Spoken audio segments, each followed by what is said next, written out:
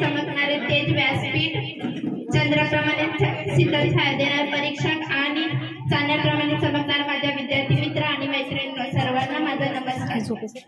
आज मी तुम्हाला क्रांतिज्योती सावित्रीबाई फुले यांची यशोगाथा सांगण्यासाठी आपल्या समोर उभी आहे।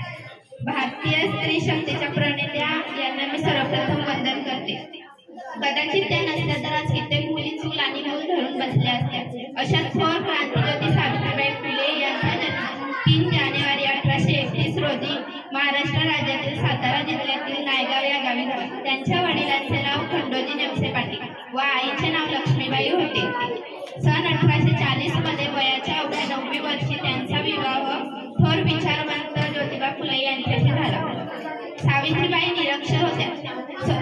ज्योतिबा फुलेंनी त्यांना लिहायला वाचायला शिकवले। 1 जानेवारी 1848 रोजी पुण्यातील बुधवार पेठेत त्यांनी मुलींची पहिली शाळा काढून सावित्रीबाईंनी शिक्षणाची मुहूर्तमेढ रोवली व त्यांना त्या शाळेच्या पहिल्या शिक्षिका म्हणून मान मिळाला।